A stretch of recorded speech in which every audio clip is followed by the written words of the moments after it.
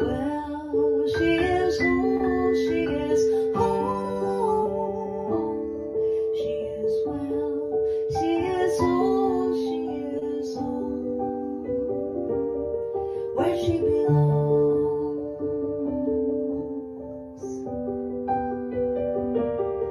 where she belongs.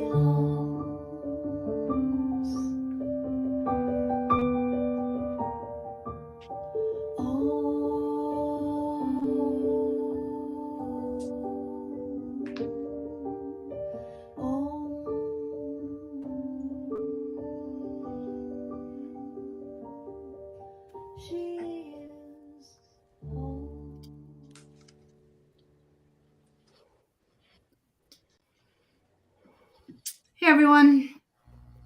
Good morning. Hello. Thank you for joining us for our Sunday gathering every week for Sk'aliCh'elh-tenaut's Legacy.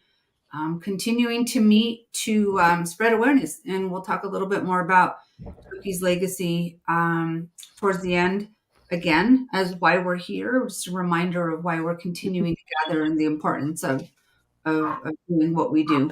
That she has brought us together to do. So let's do some quick check-ins real quick. Deb Cruz, how are you? Hanging in there. Enjoying Indian summer. Christina, how are you? I'm pretty good. Yeah. All right. What a talkative Punch, huh? What the heck? Deborah, you'll have to unmute yourself, but how are you? Okay, I'm actually pretty darn good. I hit the street corner again for the dam, and it felt so good to be doing something, working towards her legacy again. It felt really, really good. So whatever gift that she's given to you and she wants you to give away, get doing it, because I'm telling you, it felt so good to be doing something again. So Awesome. I'm good. Thank you. Thank you for that. And I want to hear maybe towards the end a little bit how that went. And I appreciate you for everything you're doing. We all do. Casey and Stephanie, how are you guys? We are good. Sorry we disappeared for a minute. It was an accident. But yeah, no, absolutely. I think it's good. I love the song, Deborah. Oh, the one that I posted. That wasn't meant to be shared with everybody. Just the No, group page, but I know, but I'm just saying, I love it. It was in my head all night after that. Yeah. So yeah, good job. No, it's a good day. It was Happy Sunday, everyone, and that was awesome job. Howard, how are you? Doing well. It is like a summer day here. It's beautiful out, and just looking over the water for the whales. But yep, doing Are well. they in the area? Are they in the area? Oh, they're around here just about every day. I mean, somewhere. I haven't seen a report yet from today. Let's see. There are text whenever there's a report. Our sightings staff will send it out by text. And sometimes they come by and we get to see them, but it's a big inland sea here, so you never know where they may be. They could be 50 miles away in any direction. Yeah. Awesome. Well, enjoy the warm weather. It's cold here.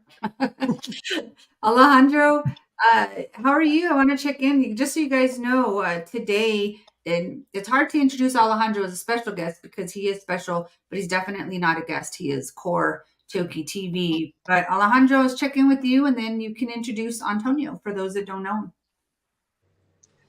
Okay, I'm good. Here in Florida, it's a rainy day today. Well, Antonio, everybody knows, a famous journalist.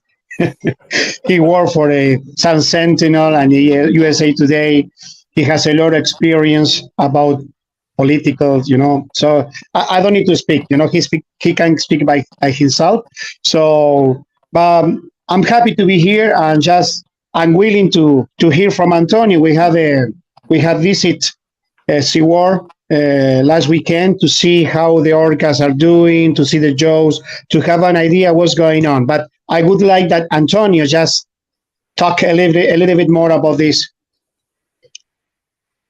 Welcome, Antonio. Thanks for being with us, and we look forward to hearing what you and Alejandro experienced last weekend. So I'm just gonna kind of turn it over to you. Well, thank you. I would say it's almost like summer here, except it is like summer here every day. Here in South Florida, it's endless summer. It's just difference between really hot summer and just hot summer. But in any event, yes. So as Alejandro mentioned, we went up to SeaWorld last week, and I have, obviously been writing about. For those of you that followed the coverage, I was writing about TokiTV until her passing, and now I'm sort of paying more attention to the other animal attractions, and particularly SeaWorld. And I have not been there in many, many, many years. And at the recommendation of a marine conservationist that I know very well, he suggested, look, go take a look. And I was all right, you know what? I will. So I talked to Alejandro, and he said he wanted to go as well. He wanted to see SeaWorld. Apparently he had been there one time and was escorted out, very politely apparently, but he was escorted out. And so we said, well, you know what, we'll give it a shot. And he was a little worried about whether he would be escorted out again. And I said, no, don't worry about it. I had a game plan, but no, we encountered no issues. We walked in, and I'll preamble this. I'll just sort of walk you through what we did, what we saw for a few minutes, and then just open up and have anyone can ask questions. But being here, I've grown up in South Florida. I've covered Florida tourism for decades. So I've been to pretty much every theme park attraction that there is in Florida. And, as you drive into SeaWorld, it's got the same familiar trappings, the nice little entrance sign. And then when you come in, and it's a parking system where it's very orchestrated, and then you see roller coasters. So, the entry into the park was really no different than other theme parks, with one exception. There's a tradition at every theme park here. It's called rope drop. And that is for people who are real theme park aficionados and people that really are into this. And I'm one of them. You get there early in the morning, right where it opens. And then there's some sort of a ceremony. And SeaWorld was very unusual because it began with the playing of the national anthem. And I really wasn't even sure what to do. So I kind of took off my cap and just stood still, because it was just, I've never encountered a national anthem into a theme park, sort of like at a football game. And I think I think it's by design. I can't really say for certain, but I have my theory about why they have that. But in any event, we walked in, and we kind of strolled around it early, the few morning hours. It was for a Saturday, November, entering the holiday season. I was a little surprised at the attendance being as light as it was. It picked up later on. By the time that we left late in the afternoon, the attendance had picked up. But I was very surprised, particularly since the park was only open 8 hours that day, from 10 a.m. to 6 p.m., which again is also very unusual. At this time of year, these theme parks are usually open from at least 9 a.m. to 11 p.m. or 9 a.m. to midnight, because this is the peak tourist season. And so I was kind of just struck by the attendance. Was light. Well, first the national anthem before you walked in, and then the attendance being a little light, and then the really kind of what seemed to me is truncated operating hours. So we walked in, and we spent some time before some of the attractions open, going into some of the gift shops, and let's see what they're merchandising. Let's see what they're selling. So we did that. We got a good look, and I think it was a pretty broad array of items. Again, pretty much your typical theme park fare. I'm kind of heavy, I would say, on the marine animals, given the theme, and also the fact that they just don't have a lot of intellectual property, unlike Universal or Disney. So that didn't strike me. But then we went into one exhibit. It was a penguin exhibit that Alejandro actually was kind of liked it a lot, and it was well done. I mean, I'm not a penguin biologist, so I can't speak to how well the animals were taken care of. But the exhibit itself was done it was done well, and the young people that were working there, we were asking questions, and they gave us the answers. So it wasn't performative at all. It was just you just walked in and saw the penguins, and that was nice enough. And then we went to see a couple of dolphin shows. One that was more informative, not performative, where these porpoises, Atlantic bottlenose dolphins, were in this lagoon-like area, and we watched, and there was someone who was didn't identify herself as a marine biologist, but somebody who kind of led a talk about porpoises. So she's talked about them and their habitat and where and so forth, and the dolphins are kind of just swimming around. Okay, that was cool enough. And then we went into this show called Dolphin Adventures, which really was kind of a circus act. A lot of loud music and porpoises flying through the air, and very reminiscent of what you would see at any other at Seaquarium, Miami Seaquarium, for example. And from an education conservation standpoint, again, I would have rated it, and I told SeaWorld in my little questionnaire afterwards that I kind of rated it low. I thought it was a circus and very little of educational value for anybody.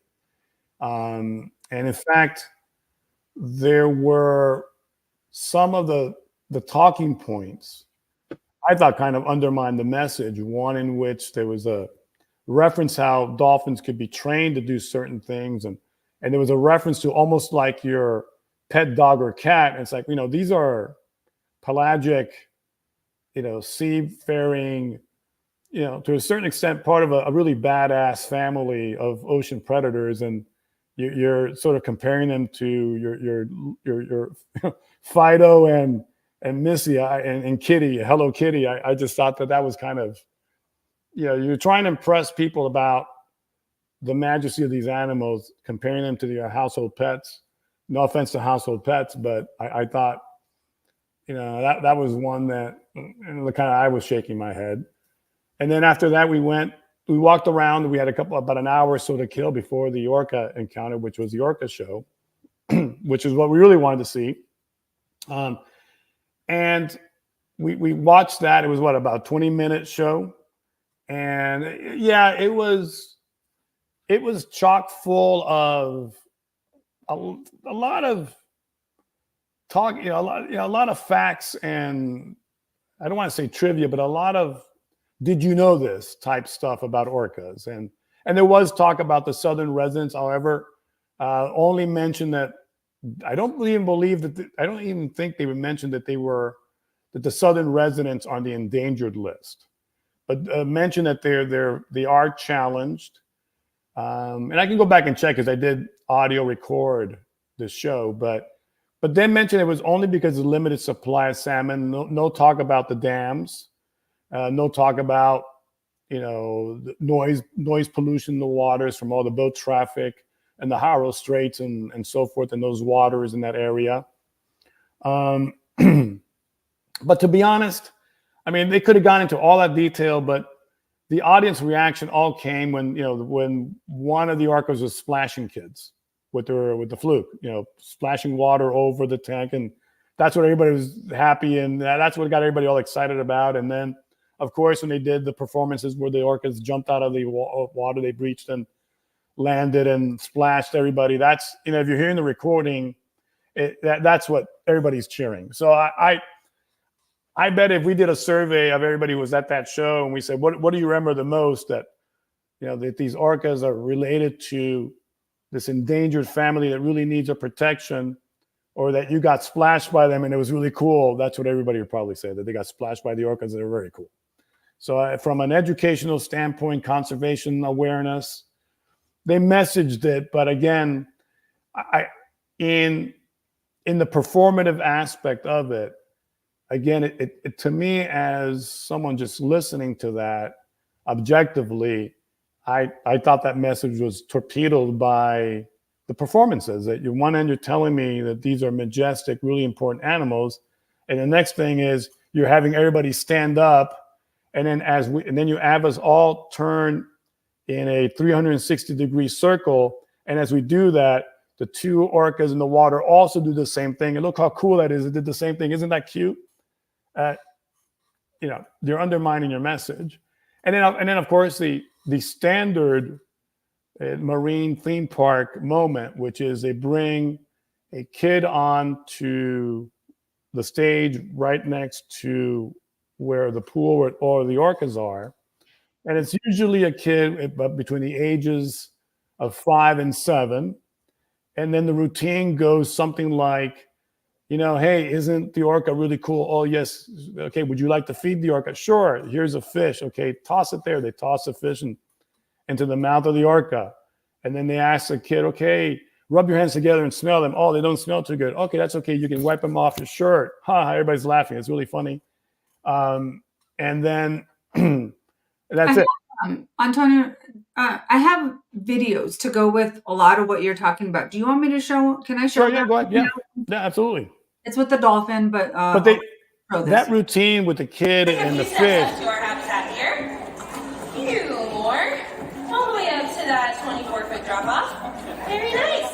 All right, Sydney, just like how you and I meant hands, that's a great way to introduce yourself. So you're going to take this hand, stick it straight out in front of you, and he's going to come up. You're going to shake his flipper. Sydney, meet Marble. Marble, meet Sydney.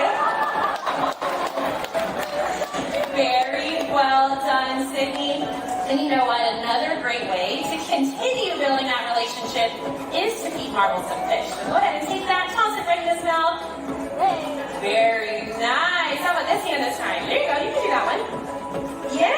How about one more? You got it. Great, Sydney. That was amazing. You just got a dolphin. Oh, yeah. Take a look at those hands. You see those? Those are fish guts. Smell them.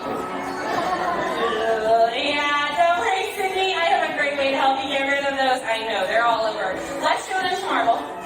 Clap them together and rub them really, really fast. And you gotta rub them all over, and then you just dry them off. It's gonna be a long trip back to Sarasota tonight, I think, Dad. All right, Sydney, you are doing amazing, as is Marble. And Marble here seems to enjoy some nice soft touches. So he's gonna show us his path. Why don't we kneel down on the floor, just like me? You can scoot up a little bit if you like. There you go. And you can reach out and give him some nice soft back rubs. What do you think he feels like, Sydney? Like a dolphin. Yeah. He definitely does. Right. So can I just say something about that? Because in the theme of what do we see, right? What's the audience seeing?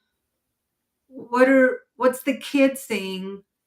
What I see is a couple of people being exploited in that video.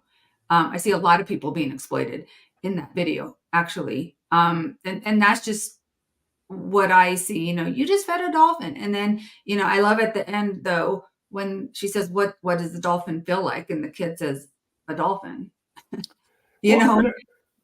And there are a couple of things there. Number one is, if you're ever in a place like a national park where there is wildlife, the message is always, don't feed the wildlife. And what are we doing here? We're feeding the wildlife. Yep. The second thing is, again, these are, you know, majestic ocean predators, and you're sort of displaying them akin to your household pet. And then number three, you know, if I'm a diver, I don't know if anybody else does any diving, but one of the things that, at least when I took my diving class, and one of the things that my instructor impressed upon was respect the wildlife. Yeah. You know, we don't touch. We see, we don't touch. And what are you reach out, touch the dolphin. What does it feel like? Well, a dolphin. So there are already three things here that, in terms of the educational message, really runs counter to the educational messaging outside of these parks, where it is you don't go up to wildlife, you don't touch wildlife, and you don't feed wildlife, and you respect wildlife as for what it is, its own role in the ecosystem, and not just to entertain you. So, but yeah, that's a complete complete lack of respect. I think, all around. And again, we're seeing this and we're going to see other videos too from your guys' show. And what people are seeing when they're going in for the first time, or, they're little kids or they're adults and they've never been there. And the messaging, like you said, what happens with the orcas, when they're not in the show, and I'll show you videos of that from when I went in 2019, compared to the energy and the music and the excitement, like you said, the big splashes, right? Like that's what people are struck with. That's what people are seeing. That's what people go to sit down and see. But people don't take the time, they're just looking for show times running from, and it's designed that way. But if you go to the back, that's not what's happening all the time. That's not the piece. So there's an education piece that's missing that's huge. And when you have that education and you take the time to learn, and you have friends like Professor Garrett who are teaching you all these wonderful things and out there spreading awareness, you can't see things like they do. You see it for what it is. When I took my child with me to go pray, and she was older, I'm going to tell everyone how old she is, but she was older and has clearly been raised by me. And we had to walk out with her in tears because the big splash of the orca was not fun for her, because she said, I know what that orca had to go through to learn that. The having to do that in order to be fed. And so that's, to me, the real education. And SeaWorld is not, in my opinion, educating by putting a couple of things on the screen. That's great, right? But get the numbers right, first of all. Why are their numbers so low? They're talking about Chinook, which is true now, but they're not talking about how these families were taken from the wild, mass amounts of these family members taken and died in the process, or went to parks and died. I mean, that to me is the education. I'm sorry, I'm a little uppity about it, but they're showing the kids something different, like you said, with that little kid, going up there. How cool is that to be able to touch a dolphin? Well, you can't. It's illegal. Don't do that in the wild. Respect them. And you said it, Antonia, and I know I'm preaching to the big choir here because all of us watching know that already. Howard, I want to check in with you before we go on to talk about some of the other Yeah, exhibits. thanks. This is extremely interesting, and I think what you're describing here is this sort of inherent conflict between sort of the past and the present and future, which is that the whole business model of SeaWorld and the whole captive whale and dolphin industry, and wider than that, is sort of a demonstration of human control and dominance and superiority. It's kind of like the Roman circus would bring in, big mammals, elephants and tigers from Africa, only to slaughter them, to demonstrate the greatness of, human superiority. And I think that's sort of the underlying message that is the basis of the business model that they have been selling for all these years. And as the public has become more informed and more aware and more respectful of wildlife in general, and of whales and dolphins in particular, they're wanting real educational messages. And so they package a few in with the overall performance, but those messages actually defeat their business model. So they're kind of in this dilemma that, the public wants better education, but that education is highly critical of their whole show, everything that they do. So I think we're seeing the whole park industry have to cut back and diminish and go away, because the public has moved on. They are looking for more dignity, more respect for the animals. And and wildlife and ecosystems. And I really think you're tapping into, you know, a moment of transition in the whole industry here.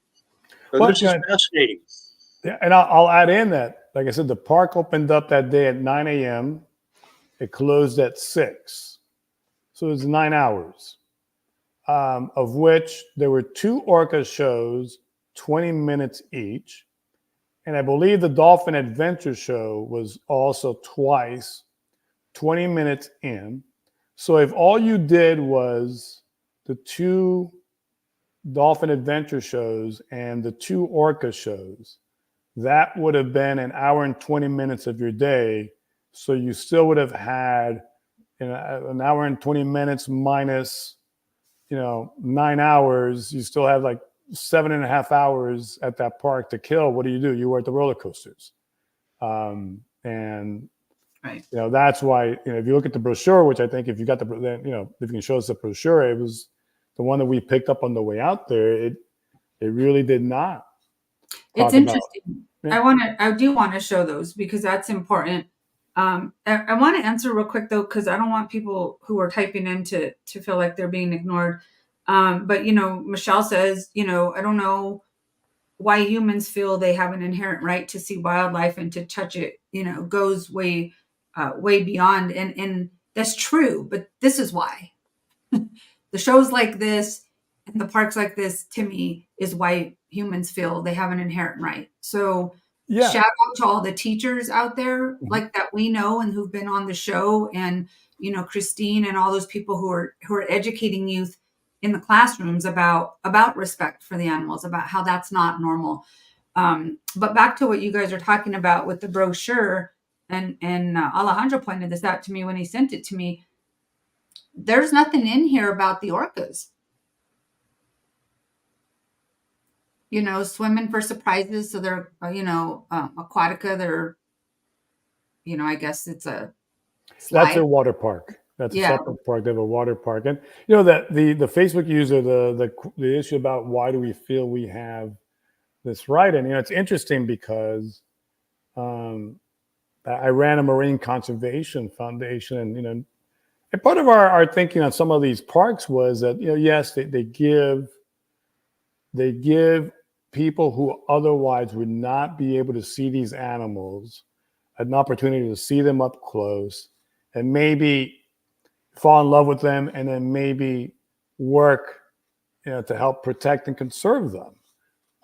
But to do that, and when I was at that foundation a decade ago, I believe that. I was one of those that I kind of believe that was a mission. But then now we see, you look at it, it's a little bit more critically, and you realize, okay, but how's that going to happen if you don't do proper messaging? Number one, and then number two, there isn't a summer that we don't hear about the tourist at Yellowstone that gets injured by a bison because they go up to take a selfie with them. And I'm starting to wonder if part of that mentality is this, oh, look, come up, at these wildlife display parks that they tell you that this animal is almost like your household pet. So maybe that's why people go up to take the selfie with the bison. Or maybe they see the grizzly. Hey, let me get close because it's like I can pet it, and you start wondering if maybe that message is actually doing even more harm than good, and because these encounters seem to be growing. Yeah, well, that shows the sort of the background messaging of the whole industry that. Whales and dolphins can be domesticated and tamed just like your cat and dog, and that's how they're trained with operant conditioning. Reward and punishment, and the punishment is not severe beating; it's just turn your back on them.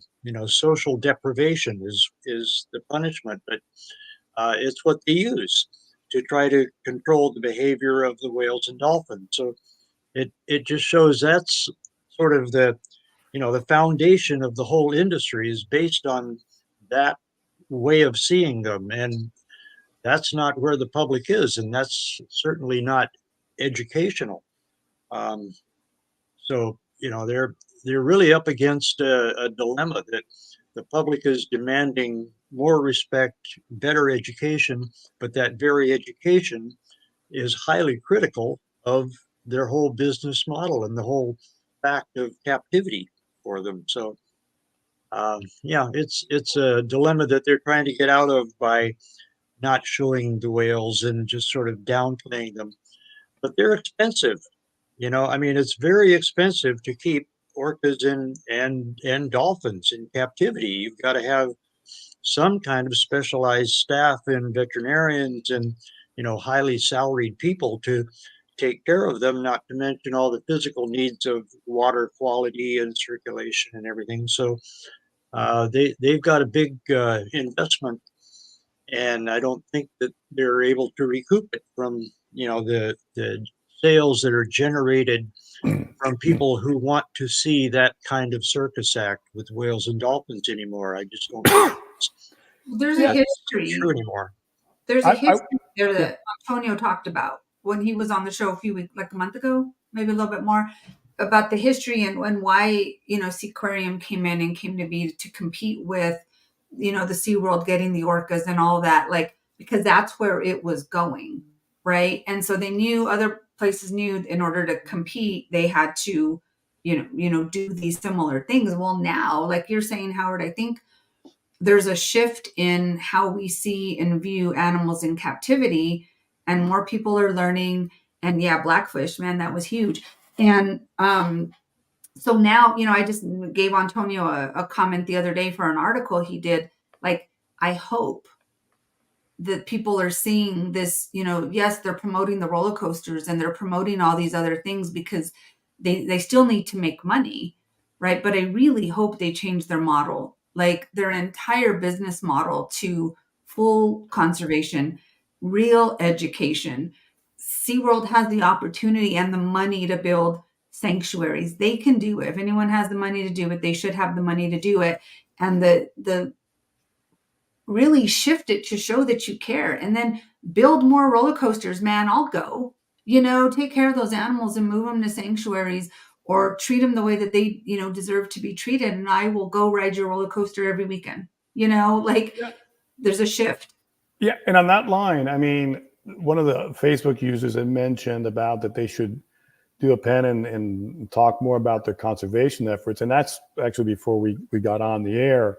That's what I'm actually looking for, because after I returned, they emailed me a survey, sort of my guest experience, what I did, what I liked, what I didn't like, and all of that. And I'm wondering now if I'm going to get more emails, and I hope to get emails from them talking about their conservation efforts and some messaging to that end. So it'll be interesting to see what they do on that side. Now, I will also say that show that we saw was presented twice that Saturday.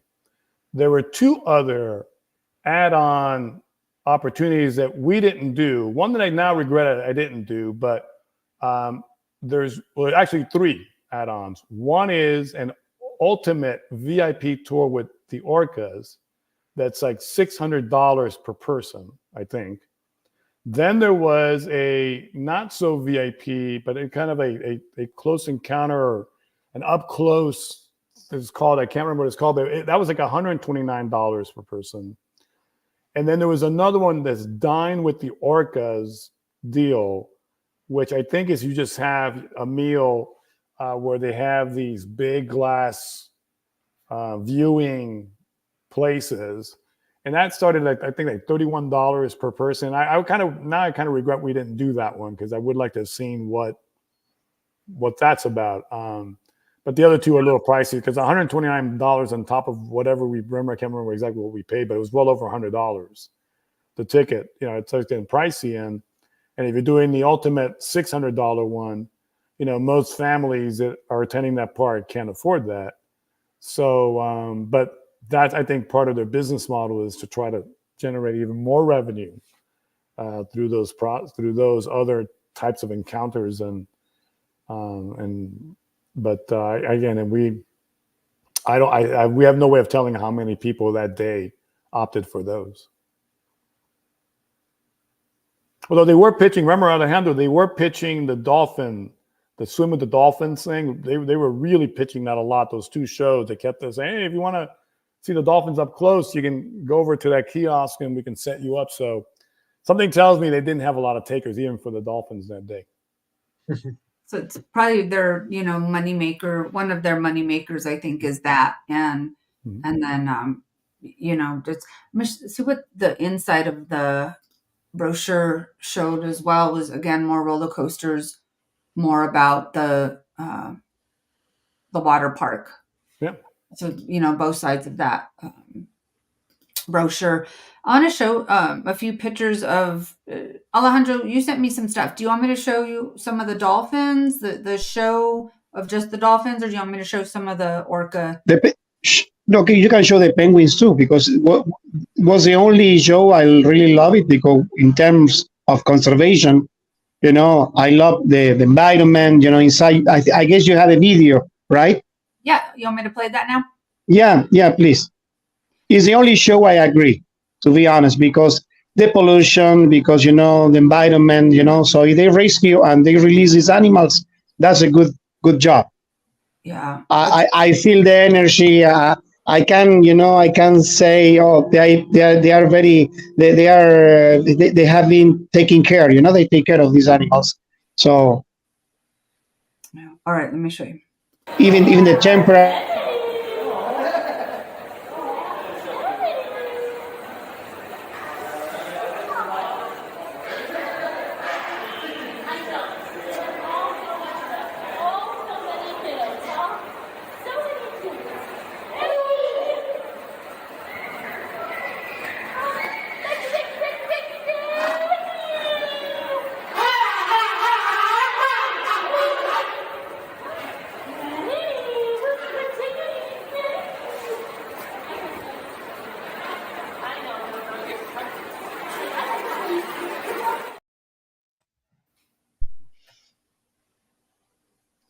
Yeah, this was the only show I really loved, to be honest with you.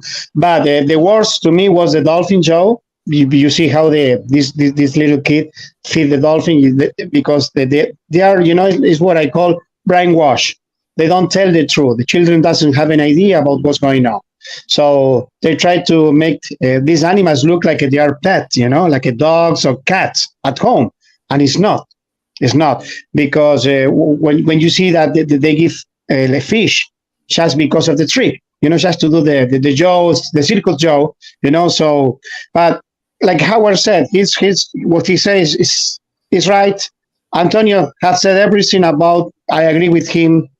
Like I said, I think the main attraction at SeaWorld is the roller coaster. And like you see in the tourist brochure, they don't show any orca there. There is no picture. I think it's time for SeaWorld. I think someone comment in our chat, like saying, SeaWorld need to have a sea pen and just trying to get these animals released. We can work on that. Let's see what can we do, and maybe in the future we can bring. My hope is to bring. I'm work on it with organizations and with the people just involved, just to bring TokiTV. Let's see what can we achieve. What can we do for these amazing animals? We are doing our best.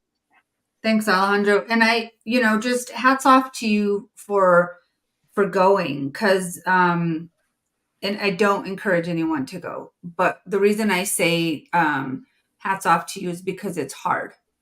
It's hard to go and to see the animals like this, that we love so much. And again, what do we see compared to other people who are going for the first time, given the education that we have about marine mammals. To me, it's sad, but I appreciate you going to get some footage and to let us know what their messaging is. The brochure thing blows me away. And I do keep saying that too, like SeaWorld could build sanctuaries. And if they did, I would go to all their parks to ride their roller coasters if that's all they had there, and because it's time to change. It's time to change. It's a dying industry, and these animals deserve better.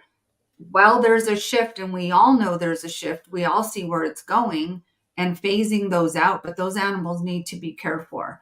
I'm going to show you guys because I think it's important for people to see, because we are an education show.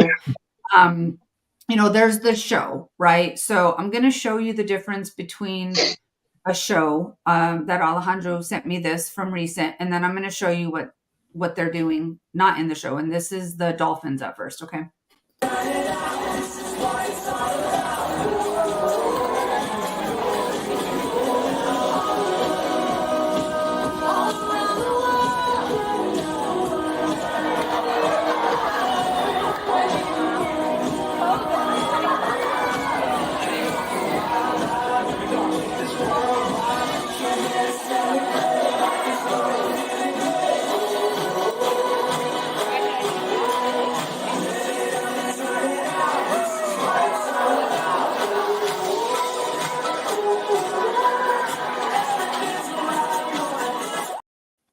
It's a circus. You can see how the trainer has kind of a stick and hit the water, showing the dolphin where he needs to jump, do the splash. You know what I mean?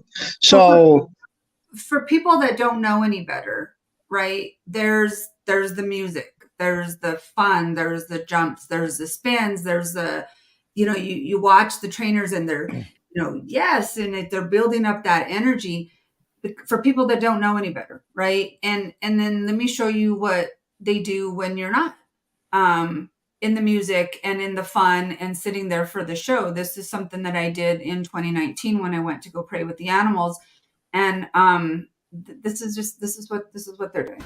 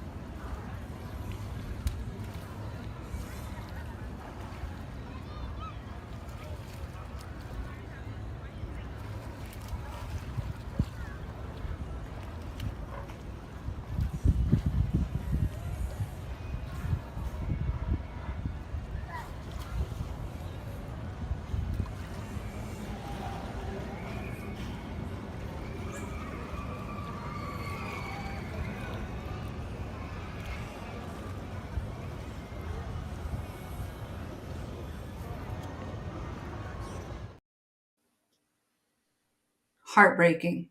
Wow, when I see that footage, I can't help but wonder, what are they thinking? And all I can come up with is they're thinking, well, this is boring. Well, that's boring. Well, this is boring still. And I mean, they're just constantly, lacking of any kind of stimulation, excitement, challenge, the act of pursuing and catching prey. That's all built into their hardwired DNA as what they're built for, what would stimulate them. So they're not at all stimulated by anything. It's just bare walls, lifeless. It was so shallow, Howard. I mean, it was so shallow, and that's a minute and 18 seconds, you guys. That's a minute and 18 seconds, and I stayed there for probably 20 minutes in tears, of course, and because what I was doing was praying and doing some healing stuff, and they that was it. There was no difference. I could put that clip on repeat and you saw, and I'm sure even longer. And yeah, and I will show you what the orcas are doing when the show isn't going on, because I have video of that too from 2019. But you see the messaging, you see the difference, you see the vibe, the energy, the music, the fun, the spins, the jumps, and that's really what's going on. So to me, That's education. That's what people should go and see. But again, you have to have the knowledge to see it differently, right? We have a different filter. We have a filter of knowledge that it is our job to continue to teach and show other people. So I'm going to show you the difference in the orca show and then what's happening. So Alejandro sent me this.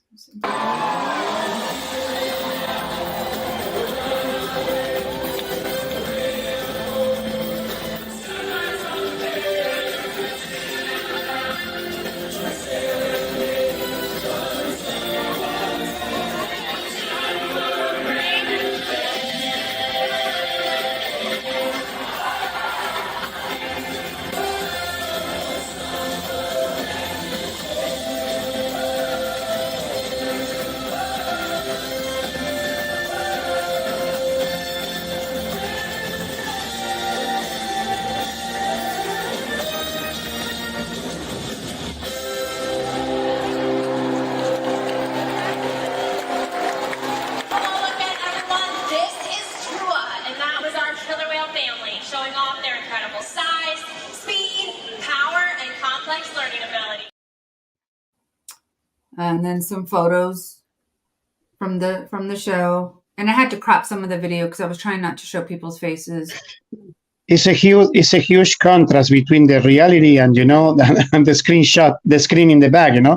They live in the wild. When you watch the video and you see them in the tank, you can't believe how how these people just treat these animals. And people love to humanize the animal. They think it's okay. When you ask them, what do you think about seeing these orcas, these dolphins in a tank?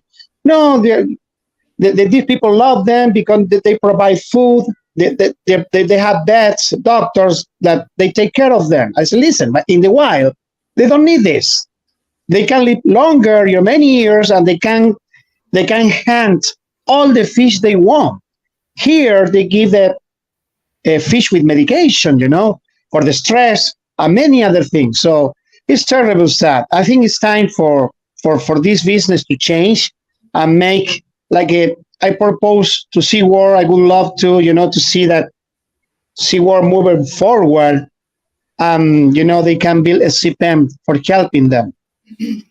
Yep, that's important. And that's absolutely where they should go if they want to be seen in any kind of, positive light, because or else they're just going to be seen for what's happening. And I know people, I'm looking at the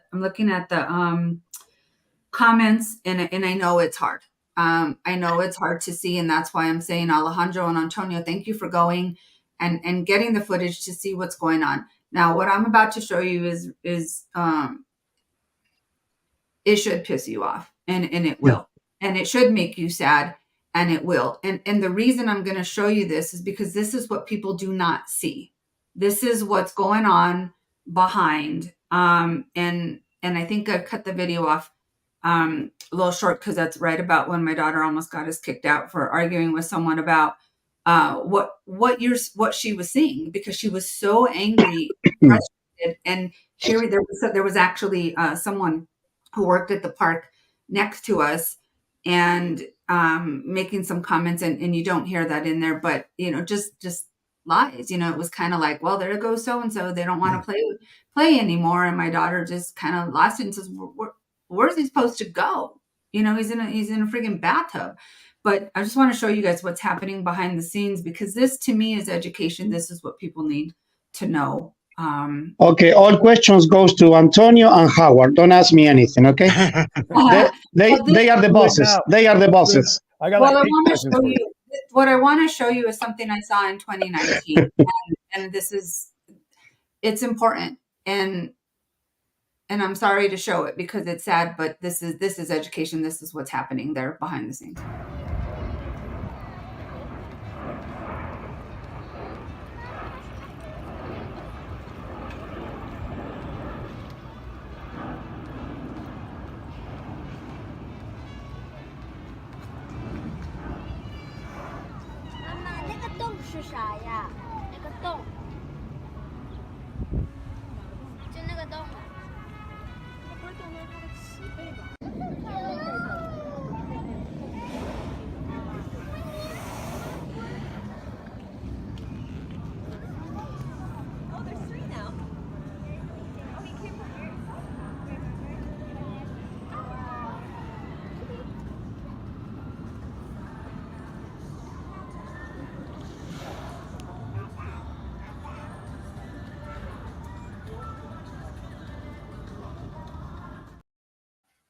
So I have a question, Antonio. I'm going to put you on the screen, and I am going to ask Antonio and Howard.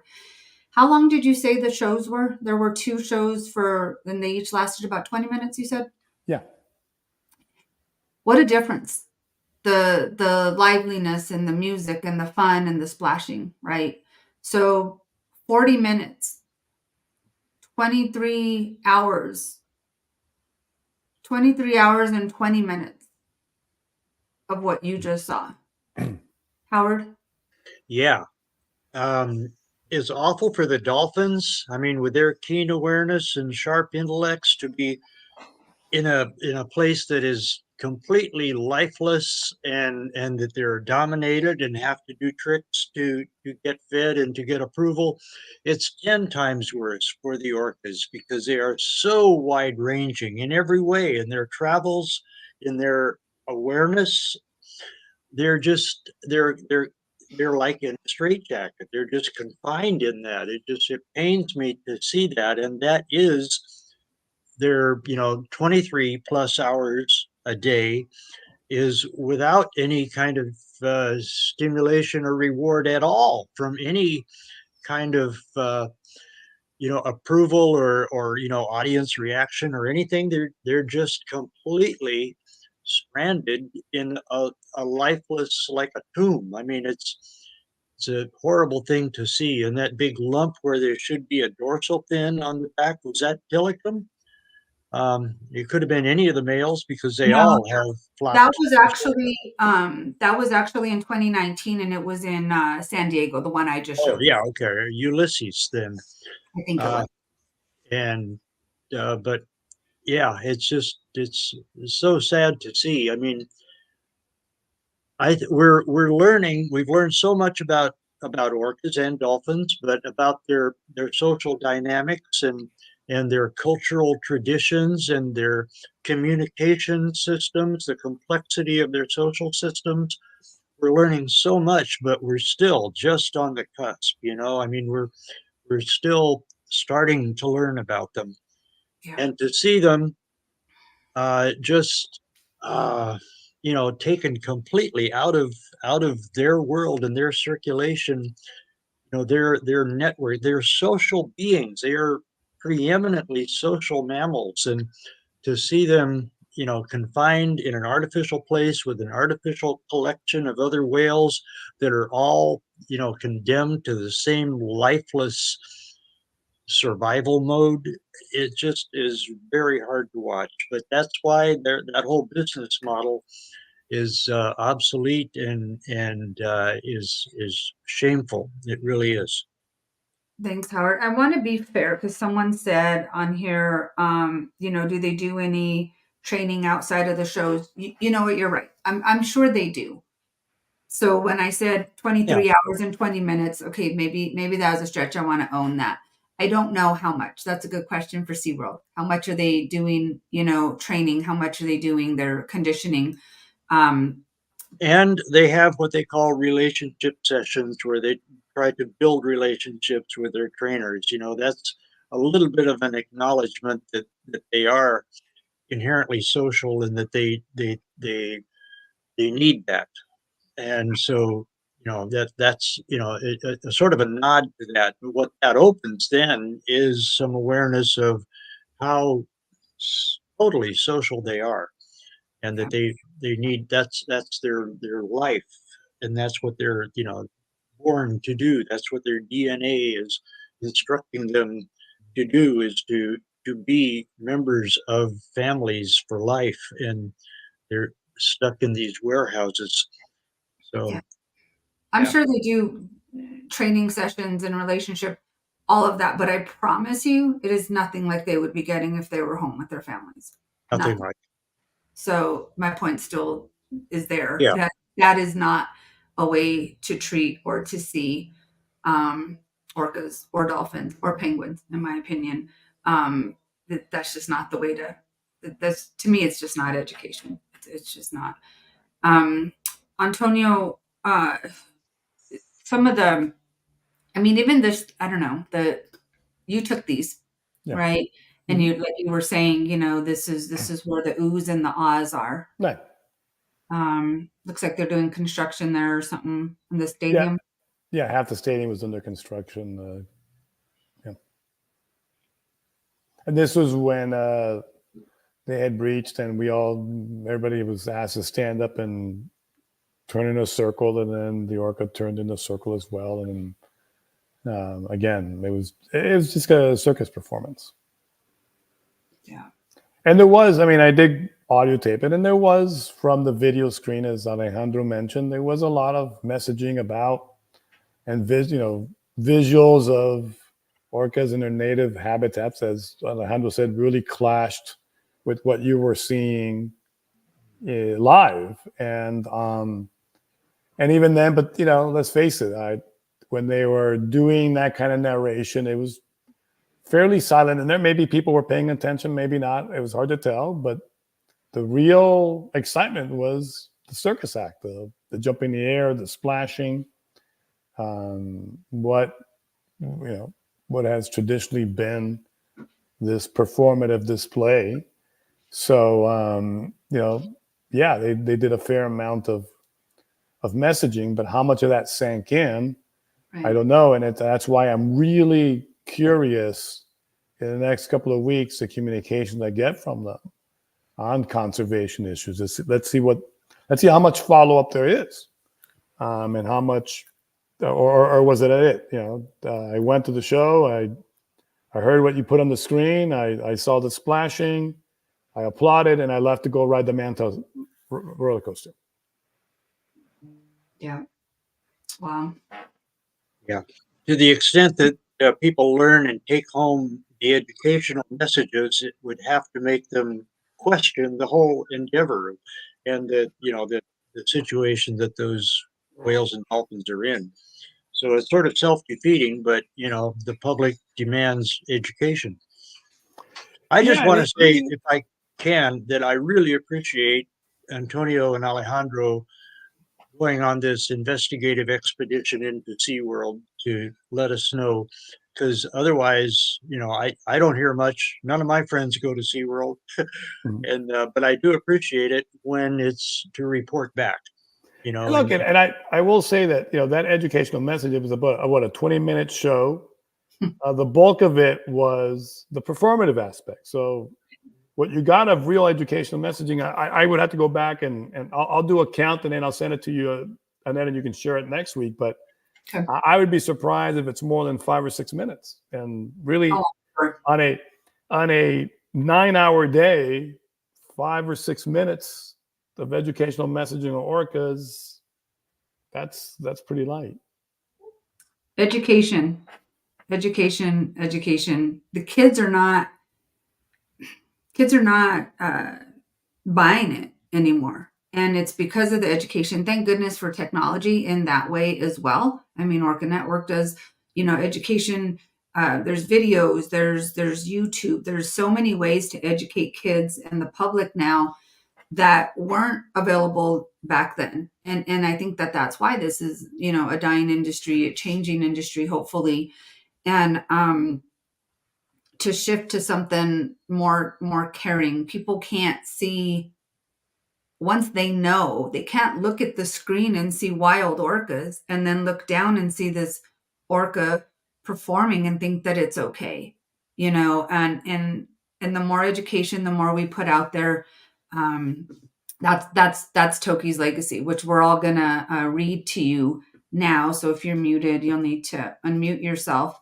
But just to remind you of Toki's legacy for us, and I'm hold on real quick. Let me open that up. So Toki's legacy for us, Toki's legacy guides us to respect and honor Toki's courageous spirit, her keen intelligence, her engaging personality, and her gentle nature as shown by her willingness to build trusting, insightful, and playful friendships with her human companions, while enduring over 5 decades of extreme sensory deprivation, repetitive circus routines, and complete isolation from her mother, her family, her community, and the rich and bountiful natural environment she was born and raised in.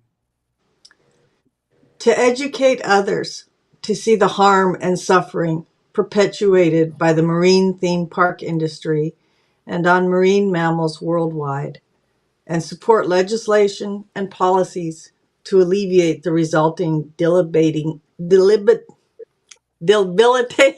stresses. Sorry. Gather and circulate the best available information and understanding of the environmental conditions needed by Toki's family and the southern residents and the orca community, as well as all marine mammals, and the full panorama of life seeking to survive around the Salish Sea. Support benign research to learn more about Southern residents, especially their highly developed cultural traditions and relationships and their wondrous communicative capabilities. Advocate to generate awareness and foster actions to reinvigorate and protect the whale's natural world, in particular the southern residents' need for clean, healthy water undisturbed by anthropogenic toxins and noises, and especially focused on protecting and nurturing naturally spawning Chinook and other salmon populations.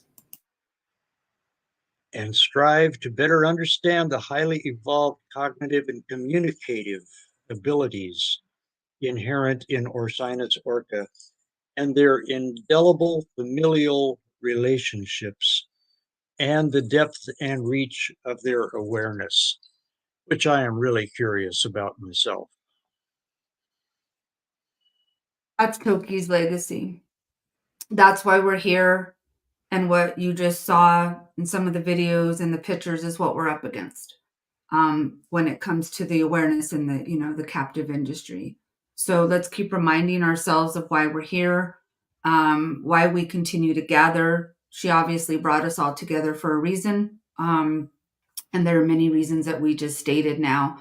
Education is key. I think I was looking through Facebook and people were saying, well, I wish somebody would do something besides this, or I wish every time someone does something, I wish this, or I wish that. And I just want to remind you of a quote I shared with you guys a long time ago, is Lily Tomlin, actually. And it says, I always wondered why somebody didn't do something about that.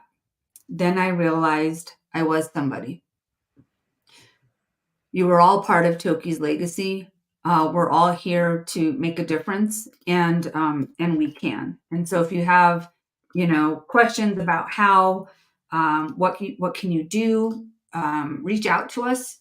We'll share with you Toki's legacy. There's a few things happening. There's a quirky a protest in SeaWorld, and that is on December 10th, 11 a.m. Pacific, to bring awareness. And so we'll be, I don't know if we're going to stream it or show the video after. I have to talk to the team after the show to see if they want to do the show earlier that day. But you all matter. You all can make a difference. And so thank you, Antonio and Alejandro, for showing us what's happening today behind the doors. And we'll continue to, use the hurt and the anger, whatever feelings those you were left with today, to do something to make a difference. Alejandro. No, and I want to say thank you so much to Antonio for the coverage and for being a honest journalist. He's always bring the truth, Every time we go, because what he saw at the SeaWorld is a truth, And so that's I want to say thanks and hands up to Antonio for everything he's doing, just bringing the truth to the public, because we are bringing awareness about these orcas, about these animals. So I hope, like I said, I hope SeaWorld can move forward in action and, just build a sea pen for these amazing creatures and let them go, let them go. Thank you.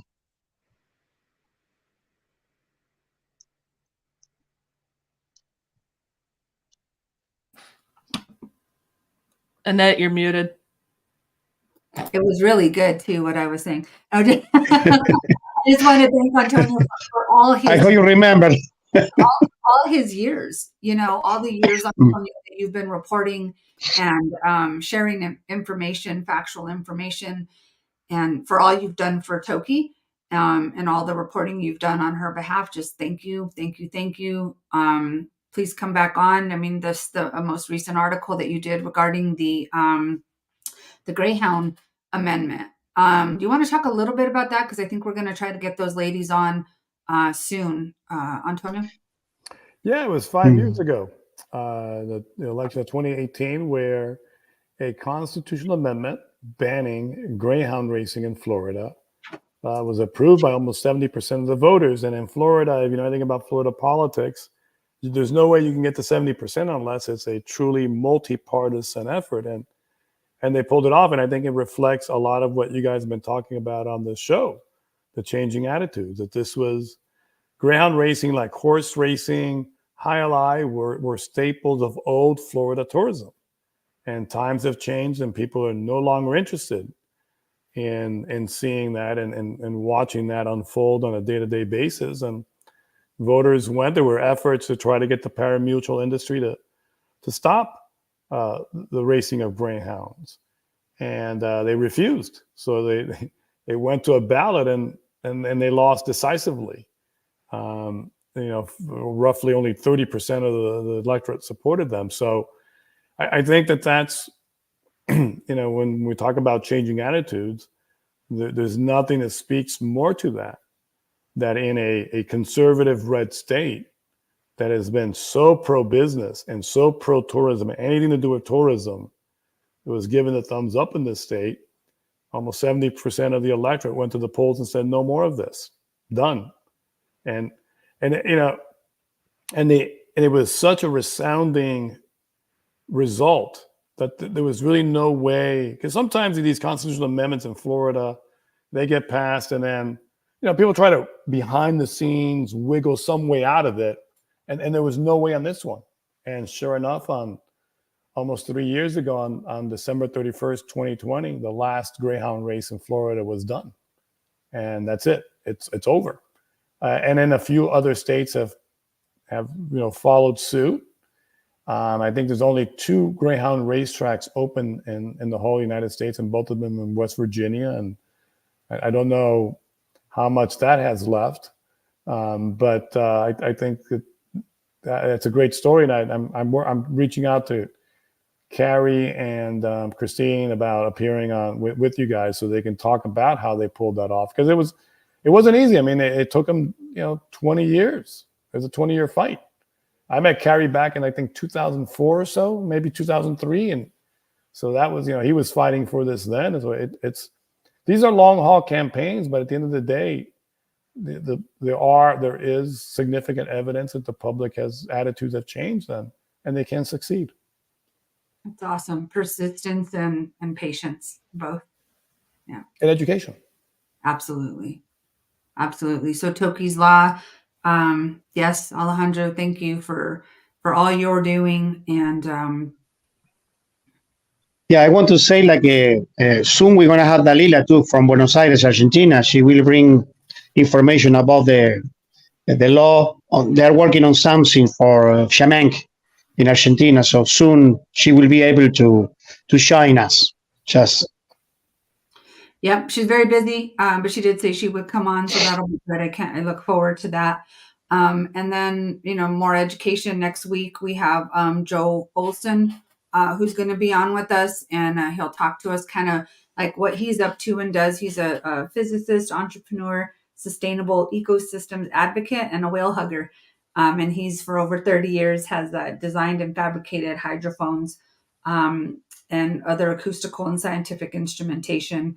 He provides guidance for others in the performance of bioacoustic, and you'll hear much more about him in general, what he's up to in the world, which is wonderful and beautiful, and also his involvement with Toki and the process to bring her home. We'll hear about that as well because he was working on that. So lots of education to continue on this show for Toki's Law. Also, again, for the protests, we have people who are going out there to stream it for us and to also pass out some information about Toki's Law and where people can find information and educational information to share with others. So we'll be working on creating some flyers for that, just, non-biased, but give people the places to go where they can do their own research, right? And just to spark people to check out Google. We don't have to go inside to see the shows. There's so much information out there now with technology. So we'll keep encouraging that. Howard, anything you want to say before we close today? No, but just this has been, highly informative and educational. So thank you to Antonio and Alejandro for bringing that inside story to us. Yeah, appreciate you guys a lot. Christina, anything you want to say before we close? Oh, sorry. I just want to say thank you guys so much for going. And I know it was really hard, but I really appreciate you because that's what we need, because we need to educate people. So I really appreciate you. And please continue to call the Biden administration and write those letters and get all of your people to do that as well, because we still have time to get those comments in. So thank you. Yep. Love you. Thanks. Deborah? Again, just parroting. Thank you guys. That's the hardest activism there is. It's really sad that it looks the same as it did the last time I did that. Captivity kills compassion, y'all. It kills compassion. It teaches children it's okay to disrespect and take advantage of others. So if it's on your heart to be an activist and do something and stand up for those that don't have a human voice, please do it. It looks like their numbers are way, way down. Let's keep the pressure up on these guys to do the right thing. I love you guys. Mwah. Thanks, Deborah. Stephanie, Casey? Yeah, thank you, Antonio and Alejandro, for going. I haven't been to a marine park since 1980, maybe 81, because I was horrified then, and I'm still horrified watching this right now, and it doesn't look much different than it did all those years ago. So thank you, and thanks to all of you. Love you. Deb Cruz? I guess I'd like to challenge you all to take your anger, to take your disgust, to take your sadness, to take all of these things and use that energy to create a vision of what an educational program would look like. Now, people learn better when they see, okay, they hear, they touch, they smell. So how would you go about creating an educational program that talks about the cultural aspects of a given being's life? How do you see their familiar interactions? How do you become connected to those things? And make those suggestions to SeaWorld. Make those suggestions to other places. Do a little research on the kinds of things.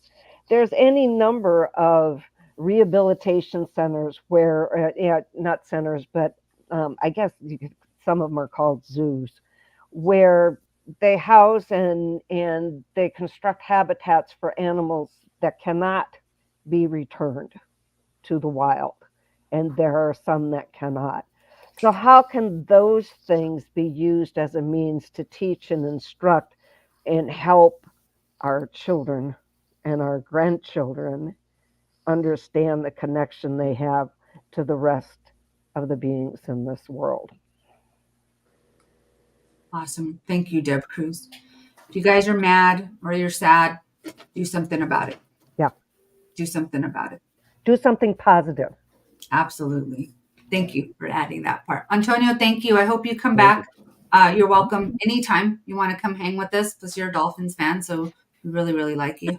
And sorry, I got to say it out there.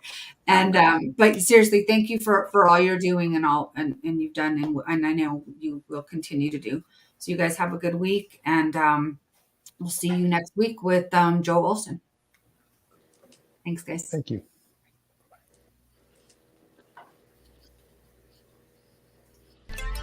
Toki, Ulysses, Corky, and the 55 plus orca that's in captivity, this song is dedicated to you.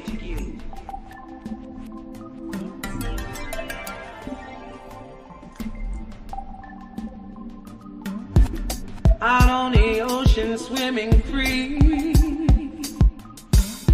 it's where I'm supposed to be.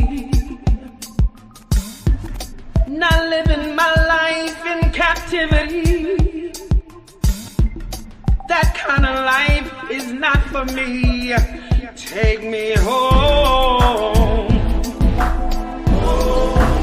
where I belong. Out on the deep blue sea, swimming up to 100 miles a day with my family.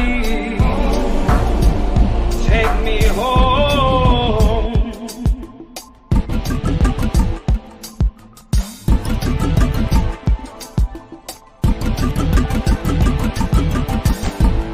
You took me away from my family.